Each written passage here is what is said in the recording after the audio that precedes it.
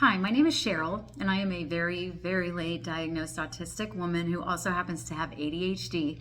And today I just basically have a question for you. And I just hope so many people respond to this because I really, really want to know.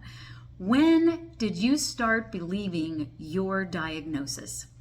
So before I was diagnosed, something kind of tipped me off, and I started researching, which is very common for most people on the spectrum. I related so much to everything I listened to and read and researched, and I thought, oh my gosh, this has got to be me. And so much so that I spent my time, my resources, my money to actually get diagnosed, right? And then when they told me the diagnosis, I thought, are you sure? Like, did you make a mistake? Do we really know enough about this to diagnose women at this point? I was just completely in denial. But I want to tell you what convinced me. When I came back from Colorado in November, I went back to teaching. My degree is in elementary education. So I got a job at a local school, and I have an autistic child in my room. And it's like this kid is reading my mind. It's at a little bit of a rougher school, so the kids are loud, they're noisy.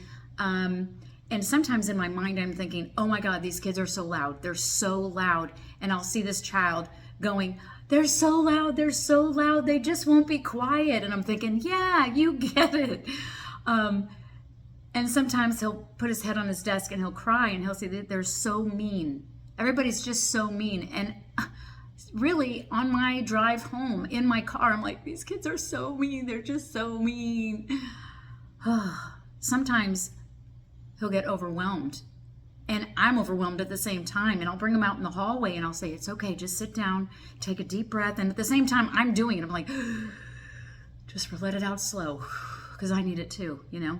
And then during lunch, sometimes we'll do little nature walks, and we'll find little acorns and we'll look at flowers. It's so pleasant.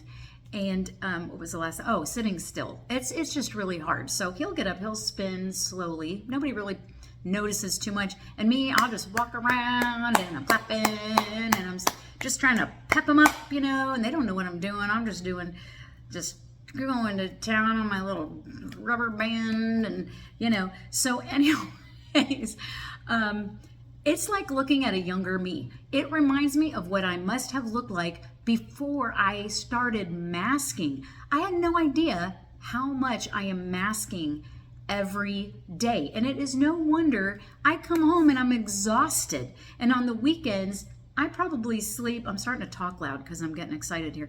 But I sleep 11, 12 hours on the weekends a night. I'm just completely wiped out.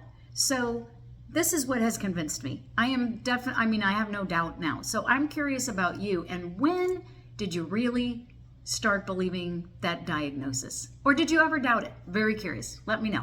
I hope you all have a wonderful day.